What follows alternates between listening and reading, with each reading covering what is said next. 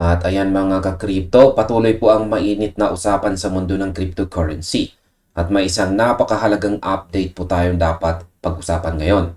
Ang analyst po na si Egrag Crypto dito ay naglabas po ng kanyang pananaw na talagang nakakuha ng atensyon ng marami. Ang sentro ng usaping ito ay tungkol po sa mahigit 1 million agentic payments na dumaan po sa XRP Ledger sa pamamagitan po ng tinatawag na Times 402 protocol or X402 protocol. Marami po ang nagtatanong, 1,000,000? Ano ang ibig sabihin nito para sa presyo ng XRP? Ayon po kay Egrag Crypto, ang numerong ito ay hindi lamang basta random na statistics. Ito ay patunay ng isang malaking milestone. Sabi niya, ang infrastructure ng XRP Ledger ay hindi na lang puro pangako. Ito ay kasalukuyan ng sinusubukan, ginagamit at pinalalaki sa totoong mundo. Habang ang karamihan ay nakatutok lang sa short-term price fluctuations o kung tataas ba ang presyo bukas, ang nakikita ni Egrag ay ang mas malalim na kwento sa ilalim nito. Ang usapin ng pagbabayad, automation at ang paggamit ng institutional grade rails ay unti-unti nang nagtatagpo. Ang XRP Ledger ay hindi na naghihintay para sa hinaharap. Ito ay kasalukuyan ng bumubuo nito sa kasalukuyan. Kaya sa video na ito ay pag-uusapan natin kung bakit ito ay isang malaking development at kung ano ang ibig sabihin nito para sa ecosystem. At ayan, bago po tayo magpatuloy ay silipin po muna natin ang technical chart dito ni XRP kung saan ay naglalaro po ito ngayon sa presyong 1.0986. Kaya bumaba po siya ngayon kasi bumubuo po siya ng isang bearish candlestick. Kahapon ay bumuo po siya ng isang bullish candlestick kaya umangat po siya. Kaso nauntog po siya dito sa ating downward trend resistance na ito. Kaya nagsara po yung kanyang katawan dito sa ilalim. Ibig sabihin, bigo po siyang lagpasan or basagin ito. Ngayon is sinubukan niya ulit na kumawala sa trend resistance natin na ito. Pero tuluyan na po siyang nabigo. Kaya ngayon is bumubuo na po siya ng bearish candlestick. Kaya mukhang mababa po yung chances na magkakaroon tayo ng breakout sa ngayon. Mukhang aabot po siya dito sa pinaka corner na ito. Yan, masikip na ang ginagalawan ng presyo ni XRP ngayon. Yan, lagyan lang natin ng bilog. Ayan, dito na lamang po yung kanyang ginagalawan. Sa mga paparating na araw is dito lang talaga siya gagalaw. Sobrang sikip na. Kaya sa paparating na araw is ang gagawin natin is magbabantay po tayo kung saan siya magkakaroon ng breakout. Siyempre kung dito sa itaas or ang ating trend resistance na ito ang mababasag, may chances tayo na aakyat siya. Ang possible target po natin dito is ang 1.1643 para po sa mga nag-short term trading.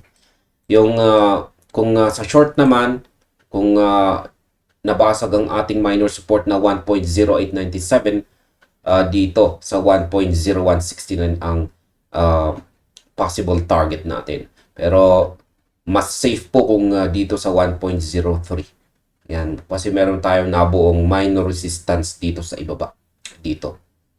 Ayan. Kaya yan po ang binabantayan natin.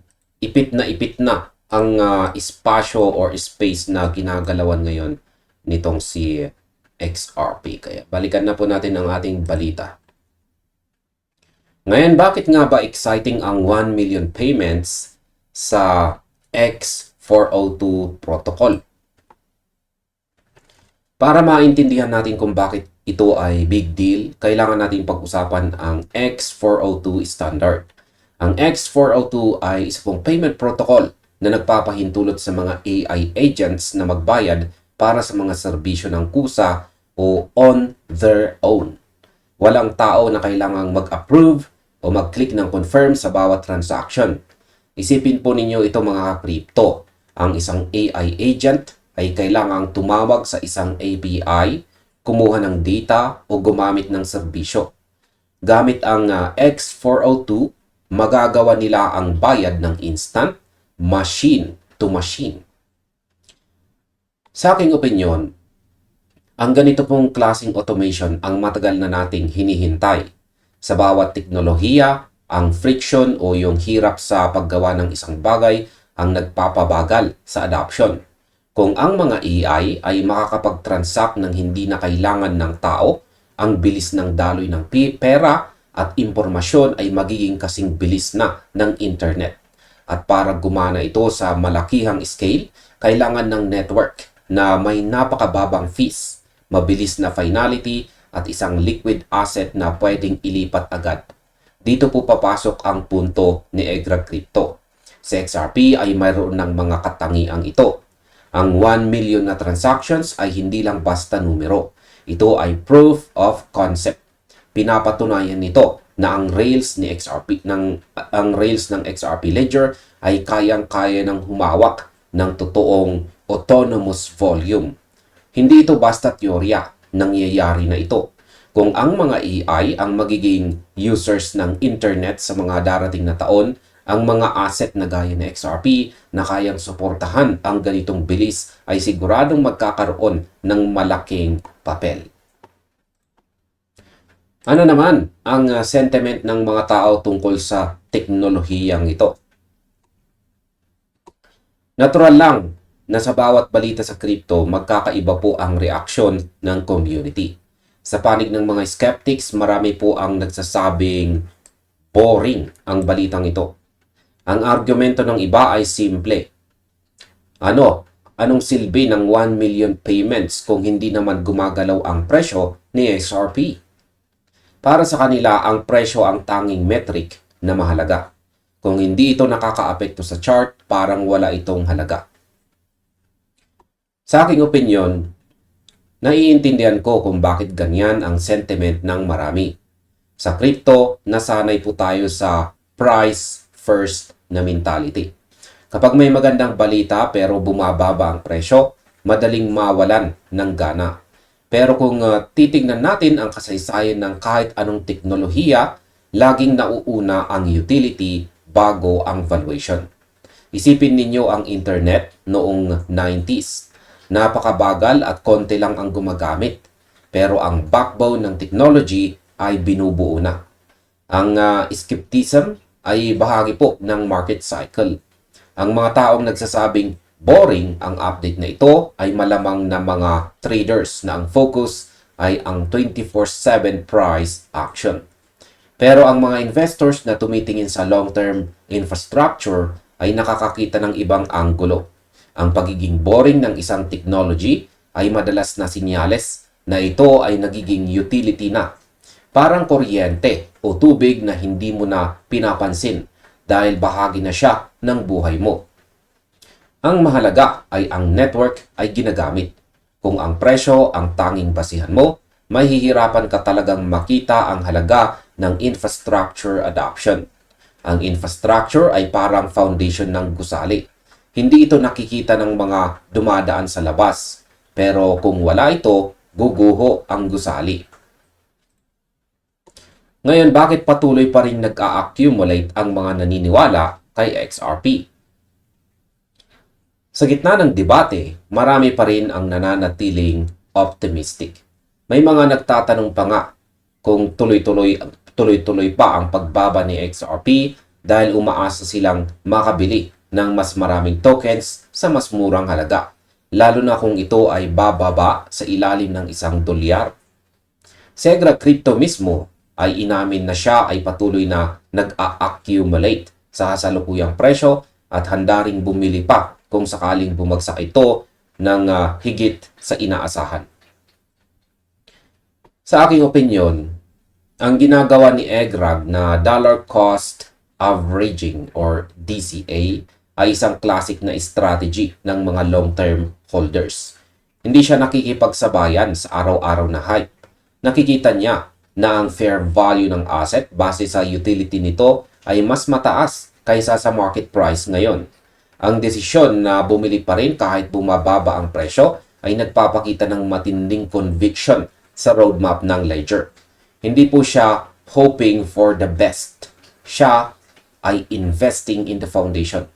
Sa totoo lang, ito ang pinakamahirap gawin para sa isang average na tao dahil kailangan mo ng emosyonal na kontrol. Ang pagbili kapag lahat ay natatakot ay nangangailangan ng paninindigan na ang nakikita mong infrastructure ay magbubunga rin sa huli. Kung naniniwala ka sa agentic payments at sa kakayahan ng XRP Ledger na mag-handle ng millions of transactions, ang kasalukuyang presyo ay nagiging oportunidad na lamang. Hindi dahilan para magpanik. Hindi siya nakikipag-race o nakikipagkarera sa presyo bukas. Nakikipag-race siya o nakikipagkarera siya para sa pwesto sa hinaharap. Ngayon ay paano naman natin pagtatagpuin ang numbers at saka ang price action. Nasa gitna tayo ngayon ng isang matinding tensyon. Sa isang banda, ang infrastructure adoption ay patuloy na tumataas. Sa kabilang banda, ang presyo ni XRP ay ilang buwan nang bumababa at hindi pa nakakahabol ang market sa mga balitang gaya nito. Ito ang eksaktong gap na pinupunto ng maraming analyst. Sa aking opinyon, ang tensyong ito ay normal na bahagi ng market. Ang numbers o yung data ng transactions ay hindi po nagsisinungaling. Totoong may 1 million transactions na nangyari. Pero ang presyo ay hindi gumagalaw dahil ang market ay binubuo ng mga tao na may emosyon, takot at kawalan ng tiwala. Ang technology ay mabilis, pero ang market sentiment ay mabagal magbago. Ang kailangan nating maunawaan ay ang presyo ay madalas na lagging indicator. Ibig sabihin, hinahabol lang nito ang realidad ng adoption. Sa tingin ko, ang kasalukuyang decline ay isang filtering process. Tinatanggal nito ang mga speculators na gusto lang ng mabilisang yaman. At natitira ang mga taong nakakaintindi sa utility ng XRP Ledger. Huwag nating asahan na ang 1 million payments ay magpapataas agad ng presyo overnight. Hindi po ito magic. Pero ito ang nagtatayo ng base case.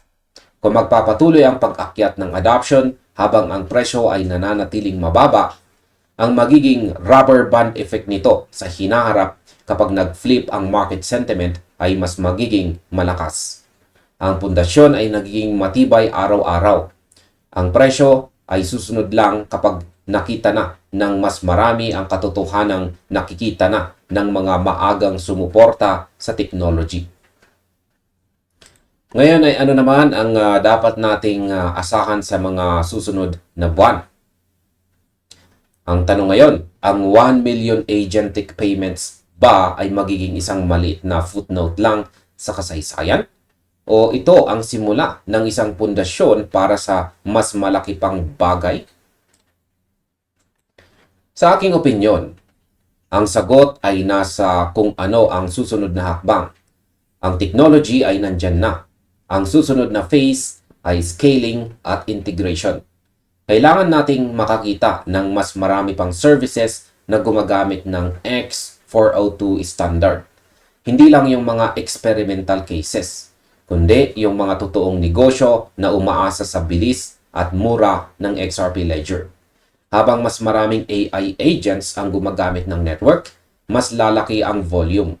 Ang 1 million na ito ay ang unang milya ng isang marathon. Ang mahalaga ngayon ay hindi lang kung gaano karaming payments ang mangyayari, kundi kung gaano kadali itong magagamit ng iba pang developers. Ang XRP Ledger ay nagiging isang layer ng internet na hindi nakikita ng mata pero ginagamit ng mga machines para magbayad sa isa't isa. Iyon ang totoong halaga. Sa mga susunod na buwan, huwag tayo masyadong ma-distract sa mga daily candles. Ang focus dapat natin ay sa adoption trends.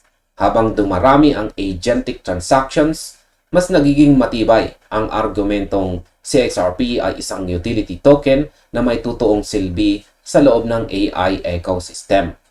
Ang hinaharap ay hindi po hinihintay. Ang hinaharap ay kasalukuyang binubuo ng bawat transaction na nangyayari sa ledger ngayon.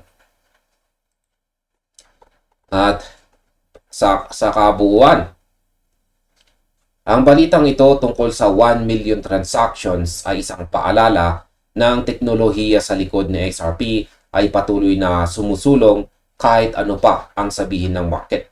Ang mga rails ay inilalatag na at ang automation ay hindi na mapipigilan.